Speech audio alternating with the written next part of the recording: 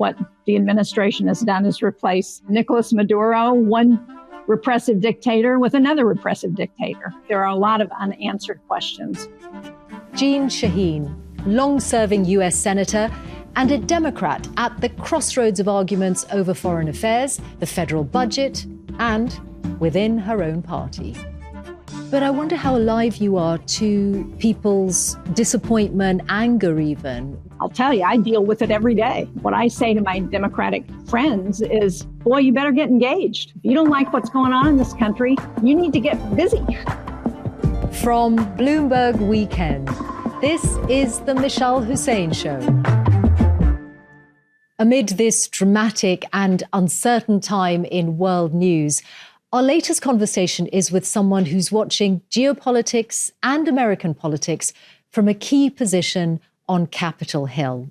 It's Senator Jeanne Shaheen, who's served in Congress for the last 17 years. Today, she is the ranking member on the Senate Foreign Relations Committee, which means she's the most senior Democrat there, and she's traveling to Denmark to try and smooth waters after President Trump's renewed threats over Greenland. At home, she's also been part of the debate on the federal budget. She was one of the few Democrats who worked with Republicans to bring the shutdown of the federal government to an end last year. But there is a new deadline on the federal budget looming at the end of this month. As it happens, her compromise then with Republicans put her at odds with her own daughter, Stephanie Shaheen, who is herself running for a congressional seat in the midterms this November. So all of that, the geopolitics, the domestic American political situation, and the family side is part of our conversation in this episode with Senator Jeanne Shaheen of New Hampshire. Can I begin by asking you what is most on your mind as you look around your country and around the world? Well, I just came from a briefing with the Armed Services Committee on the operation in Venezuela, so there's a lot of concern about that. But that operation has really raised concerns about what's happening with our allies and partners around the world. And that, I think, is what I am most concerned about right now, is ensuring that the actions of this administration don't undermine our partnerships around the world, because they have been so critical to America's national security, to our strength, and to the international world order. And I know that you're heading to Denmark. So is therefore the foremost on your mind, based on what you've just said, about Greenland and how the administration's been speaking about Greenland? Well, also the potential impact on NATO. I co-chair, along with Republican Tom Tillis, the Senate NATO Observer Group.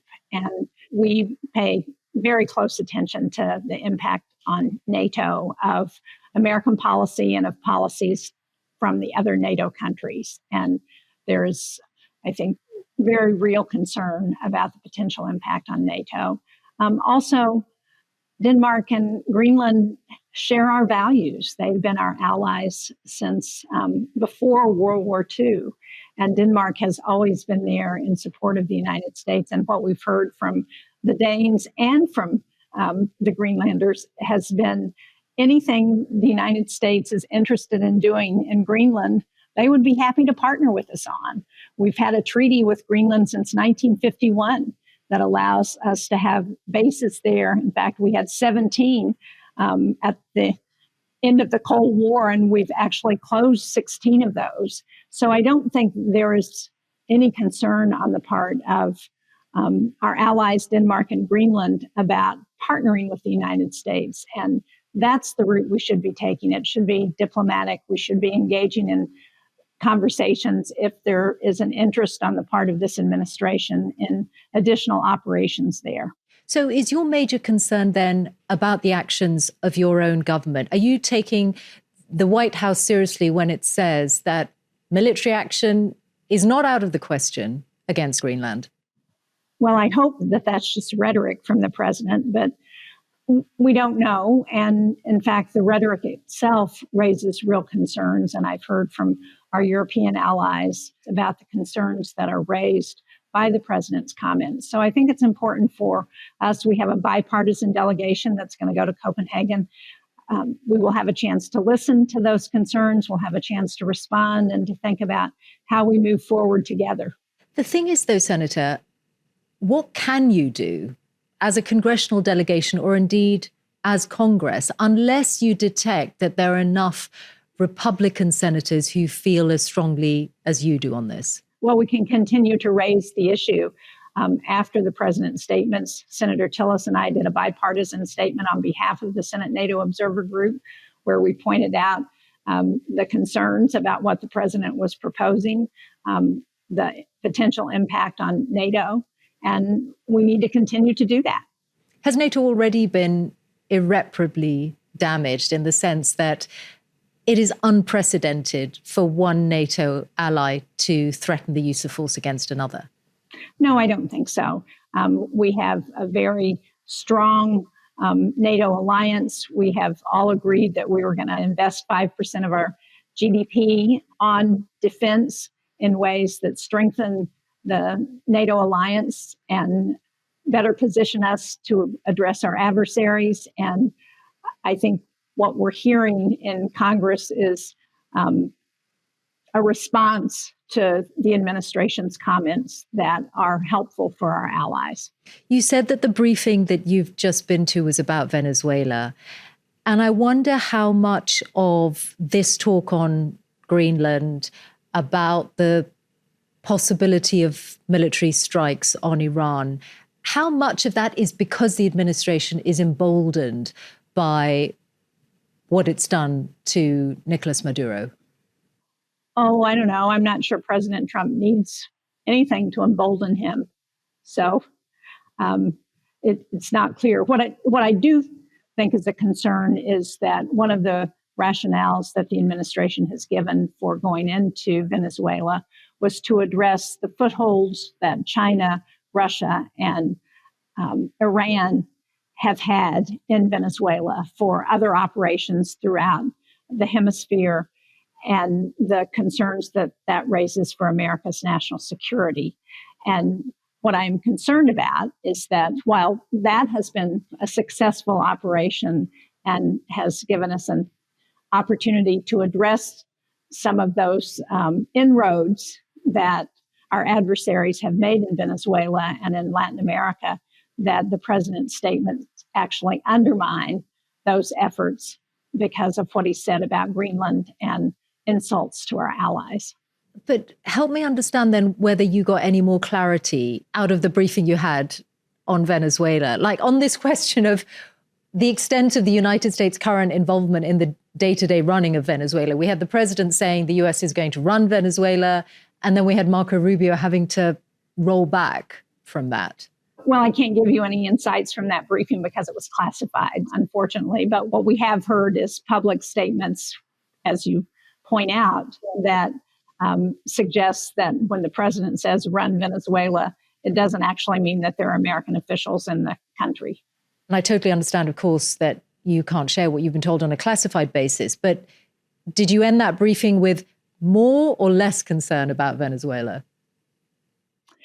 Well, it was more about the military operation. So that's not exactly the question that I had as the result of this briefing. But I think there are a lot of unanswered questions about America's role in Venezuela going forward, about the need to maintain a flotilla off the coast of Venezuela if we're going to interdict oil that's coming out of there that's going into the shadow fleet, which I think is a very real concern, not just for America, but for other Western countries as we look at the ability of Russia to continue to fuel its war in Ukraine, as we look at China and the activities that they're engaging around the world. We all have an interest in trying to shut down that shadow fleet. But it does mean that there are costs involved to the United States.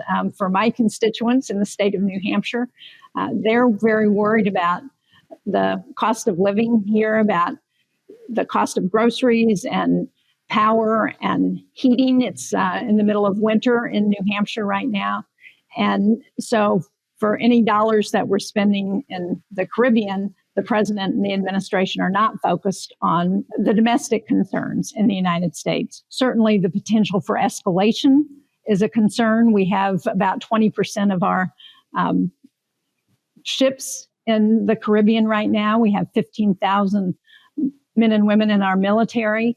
Anytime we have that many people in an area of operation, there's the potential for escalation, particularly given what's happening in Venezuela, because what the administration has done is replace Nicolas Maduro, one repressive dictator, with another repressive dictator.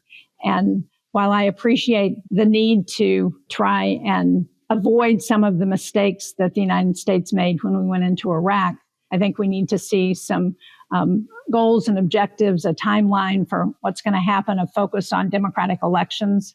And we haven't seen any of that yet from the administration. Yeah. There's a real complexity in that, isn't there? Because I'm sure you'd be concerned, if not alarmed, at the idea of complete regime change and what that would mean for America's commitment, whether financial or military. But you're clearly uncomfortable with the state of affairs involving Delcy Rodriguez too. Well, because we haven't gotten answers to a lot of questions that have been raised about that. And is that concern shared with Republican colleagues, at least some of them? Because there has been this quite striking move where Republican senators have been prepared to say that they'd like the administration to have to get congressional approval before taking further military action on Venezuela. Do you think there might be more Republicans that join those already moving on that front? I doubt that we will see more join in a vote. But certainly if you talk to people behind closed doors, there are a lot of concerns that are being raised. This was an administration that came to power saying, there's going to be no more foreign wars. And we've started the year with not only threats, but also the use of American military might. Well, I certainly think for those people who are up for re-election this year, they recognize that there are a lot of concerns among constituents about the direction that the administration is taking and the reversal of the promise not to engage in foreign wars or never-ending wars. Yeah, which means we should talk about Iran, a fast-moving situation. As you and I are speaking right now, President Trump has said that help is on the way for Iranians who are protesting. What do you think he means by that? It's not clear yet, I think. He has talked about putting tariffs on countries that aid Iran. I think that is something that should be considered because we do want to continue to sanction the regime in Iran for the repressive tactics that they're using against their own people. It's not clear beyond that and beyond diplomacy what else the administration in the U.S. might be thinking about. One concern that I have is that we have some issues that have been raised by Iran watchers who have suggested that military action against the regime in Iran might produce further backlash against demonstrators and also might move demonstrators to be more supportive of Iran. So the bombings in the country, I think, should be very carefully considered before military action is taken. Okay. But on tariffs, this idea of there being a 25% tariff on goods coming from countries that do business with Iran, that would affect China primarily, but it would also affect other Iranian trading partners, which are US allies, like the United Arab Emirates, like Turkey. It would. And is that still the right thing to do? Well, I think it's one of the things we can consider as we're looking at how to put pressure on the regime in Iran. And I'm not particularly concerned about what happens to China's trade if we put a tariff on their trade to Iran.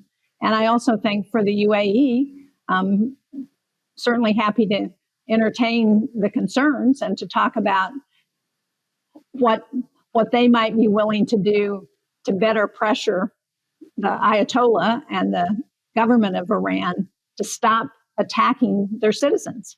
But on China, it would be a big difference only a couple of months on from the administration's truce on trade with China, which means it's a potential source of economic instability. Is it still worth doing?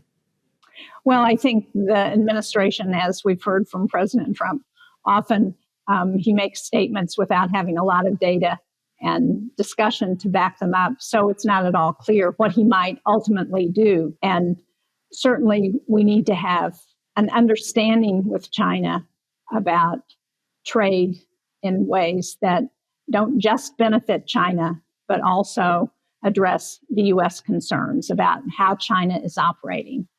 Can you let us into your world, Senator? You have long experience on Capitol Hill. You've represented the state of New Hampshire for nearly 17 years in the Senate. When someone as senior as you has these open questions about US policy, what do you do? Like, is there an open line to your Republican counterparts, or do you try and formally or informally seek some kind of understanding from the White House? How does it work? All of the above. I talk to my colleagues, both Democrat and Republican. I raise concerns when we have hearings or briefings. I send letters to the White House, to administrative agencies. I try and talk to officials in the administration when I have concerns about policy decisions that they've made. And I try and make the case with reporters in the media about when I disagree with actions of the administration. And I did that not just with this administration, but with the Biden administration and with the Obama administration. Okay, but obviously it's got to be an easier relationship for you when there's a Democrat in the White House. Well, it's easier, but in some ways it creates more challenges when I criticize my own president than when I criticize the president of the other party. Help me understand then, as you look back on the period just before this administration, say the last year of the Biden presidency, do you look back and think, I should have paid more attention or spoken out about the way that President Biden was appearing, or how little he was appearing in public? And I could have served my party better by being more open on that situation, his health. Well, I had a number of private conversations with White House staff, with others around the president about my concerns. If I had raised it openly sooner, would that have made a difference? Maybe. I don't know the answer to that. Have you thought about that a lot? I mean, given how dramatic the last year in terms of the use of executive power by President Trump has been? No, I've thought more about the president's illegal use of executive power. And do you have confidence that the courts will start to act on that? I mean, I'm talking about the highest courts, really. We've got the tariff case coming up before the Supreme Court. I don't know the answer to that. I'm not an attorney, and I'm not an expert on the Supreme Court. I can tell you that there was a lot written after the oral arguments about the IEEPA tariffs as to the questions that were raised by various Supreme Court justices that suggested they have real questions about whether those tariffs are legal. But how they will rule, we'll just have to wait and see. But I wonder how alive you are to people's disappointment, anger even, with how little Congress has been able to do in this past year. There are lots of Democrat voters, we can see it in polls, who are deeply frustrated with the lack of ability for Congress to act on the president's use of such powers. Oh, I certainly share that frustration. I was part of an amicus brief with respect to the tariff issue at the Supreme Court, helped to lead that. I have legislation that would constrain the ability of the president to enact those tariffs. But broader, I appreciate the frustration and share it. I'll tell you, I deal with it every day. And we think about every day, what can we do to address the policy decisions that this administration is making? But what I say to my Democratic friends is, boy, you better get engaged. You better start working. We've got midterm elections coming up. We had local elections. If you don't like what's going on in this country, you need to get busy and get working. And that's what our democracy is about. You know, when I was in graduate school, I had a professor who used to talk about the fact that we have a revolution in America every 4 years. It's called the presidential election. And for a lot of people, They didn't pay a lot of attention. They believed what Donald Trump said when he was campaigning about his focus on domestic issues, about his intent to address cost of living and some of the concerns that people had been experiencing. And sadly, he hasn't done that. So I hope people are paying attention and they're going to work harder in this upcoming election for alternatives. And yet you're still known, aren't you, as one of the bipartisan-minded lawmakers on Capitol Hill. You're not a firebrand. You work with Republicans when you want to, when you need to. And I wonder then if you think that what this moment calls for, or 2028 calls for, the next presidential election, because you won't be in the Senate then, you're stepping down. Is the candidate, the presidential candidate that your party needs, more like you, prepared to work across the aisle, or more of the firebrand, the Alexandria Ocasio-Cortez or the Zoran Mamdani, although he can't run for president? Well, I think that's what the voters are going to decide. Again, one of the great aspects of our presidential selection process for me has been the New Hampshire primary. We were historically the first presidential primary of any state in the country. We were the first to allow direct vote on presidential candidates. And it's been not only fascinating, but I think really important to the presidential selection process to require candidates to engage with voters when they're campaigning, so that the candidate who may have the most name recognition, be the best funded, may have been involved the longest, isn't necessarily the candidate that when voters have a chance to talk to and engage with, think is the best person to be president. And that's what the whole presidential selection process is about. And, my experience is that voters in New Hampshire have really been pretty effective. They picked Jimmy Carter way back when he was running. They picked John McCain when he was running against George W. Bush. They have been quite effective in engaging with candidates and really asking the tough questions and asking for answers for what they would really do if they became president. But you must have an idea, a preference about the kind of candidate that you'd like to see come to the fore in 2028. Well, I'd like to see someone who has executive experience. I think that's very important to be able to run things. I'd like to see somebody who shares my values with the direction that the country should be taking. And I do think it's important to have someone who is able to talk to those people who don't agree with them. As governor in New Hampshire, I had a legislature that was Republican. And I figured out very early that if I was going to get anything done, I had to figure out how we could work together and how we could compromise. And that's the story of America. America is built on compromise. That's the way Congress is supposed to work.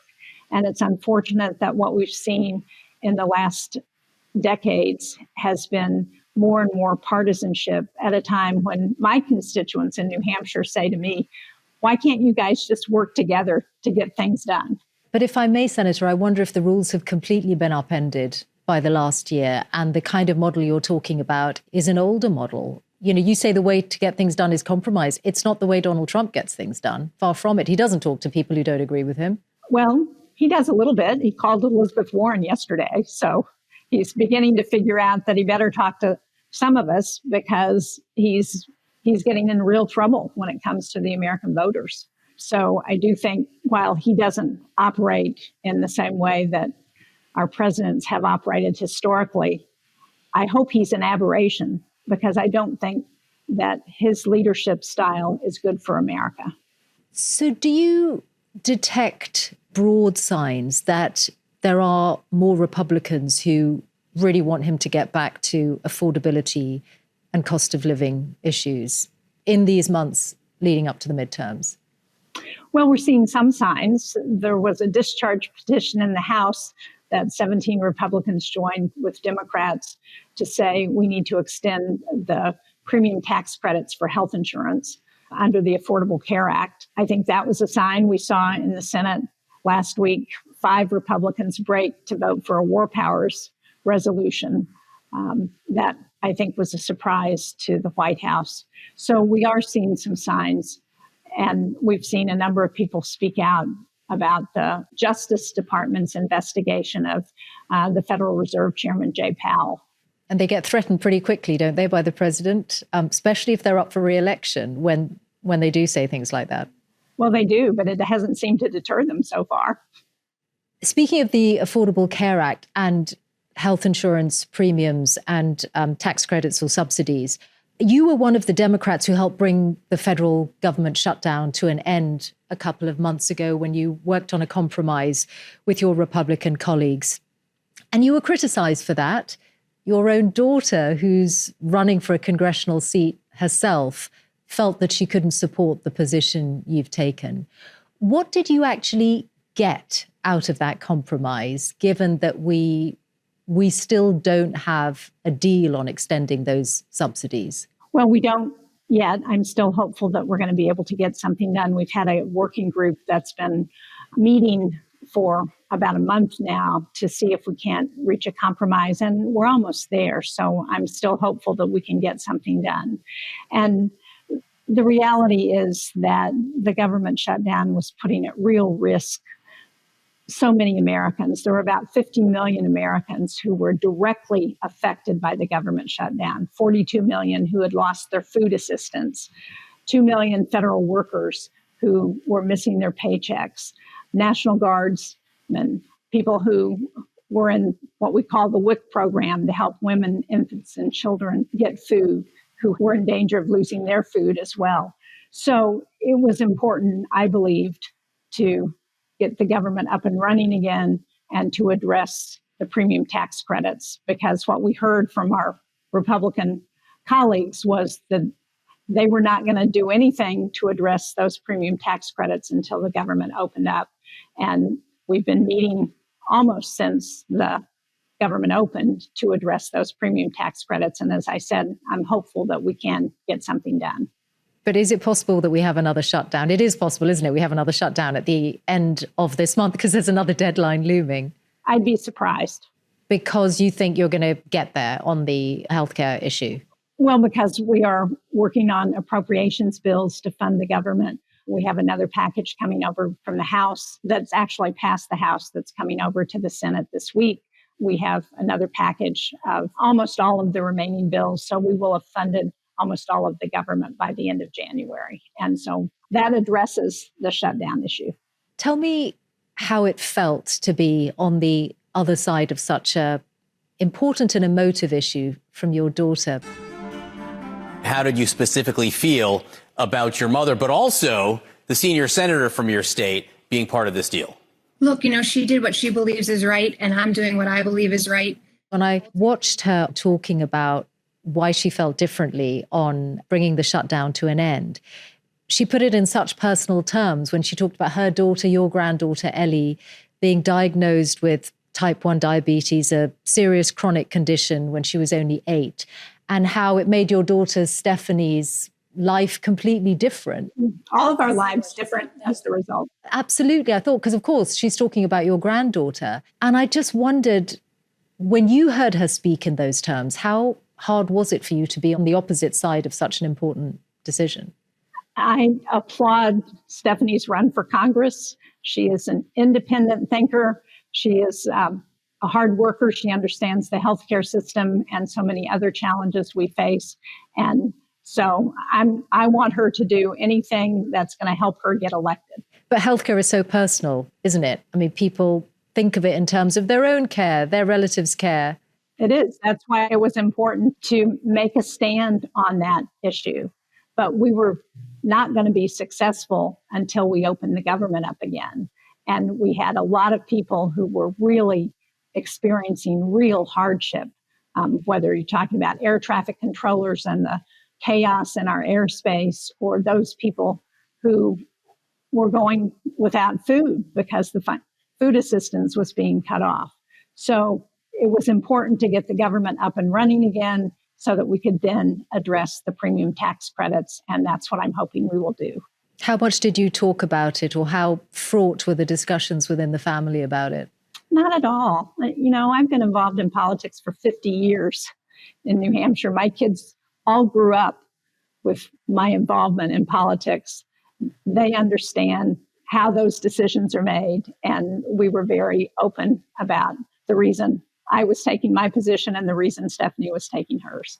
How does it feel then about leaving politics after all of this time? Will you relish getting your life back, or will you feel like it's the end of your public service for the people of New Hampshire? Well, I hope I'll be able to still contribute. I look forward to continuing to work on foreign policy issues, which is something I'm very passionate about. I look forward to continuing to contribute in New Hampshire to my community and to the state. And I hope everyone feels that way. I spent some time as the director at the Institute of Politics at the Kennedy School of Government. It's one of two memorials to John Kennedy that were created after his assassination.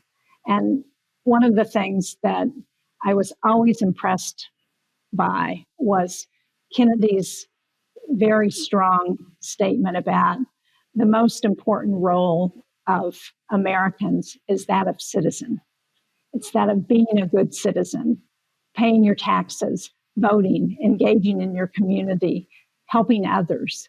And that doesn't end just because you leave public office. Ask not what your country can do for you, but what you can do for your country. Well, that summarizes, and it's something that John Kennedy talked about on a number of occasions, and particularly talked about with young people. Before we let you go, Senator, I wonder if you do have this sense then that the torch needs to pass to a new generation. I mean, it's also what Kennedy said at his inauguration. There's your daughter, of course, hoping to begin her congressional career. I'm also thinking you're stepping down, but you've got quite a few high-profile colleagues on Capitol Hill who serve for much longer than you have and who aren't willing to let the torch pass to a new generation. Well, everyone has to make their own decision about what's good for them personally. For me, I thought it was time. As I said, I've been in politics for 50 years. I've served in elective office by the end of my term for 30 years at both the local, state, and federal level. And so it will be nice to have a little more flexibility in my schedule to be able to have a little more time to do the things that I haven't had a chance to do because of the demands of the job. But will you leave office feeling that America's place in the world is more uncertain or more perilous than when you entered the Senate in 2009? I don't think we know the answer to that yet. What would you need to see to know the answer to that in the next few months? Well, I'd like to see the Democrats take back the House. I'd like to see that NATO has a very strong summit this summer. I'd like to see continued work with our allies and partners. And I will do everything I can to try and make all of that happen. Senator Jeanne Shaheen, thank you for talking to us. Thank you.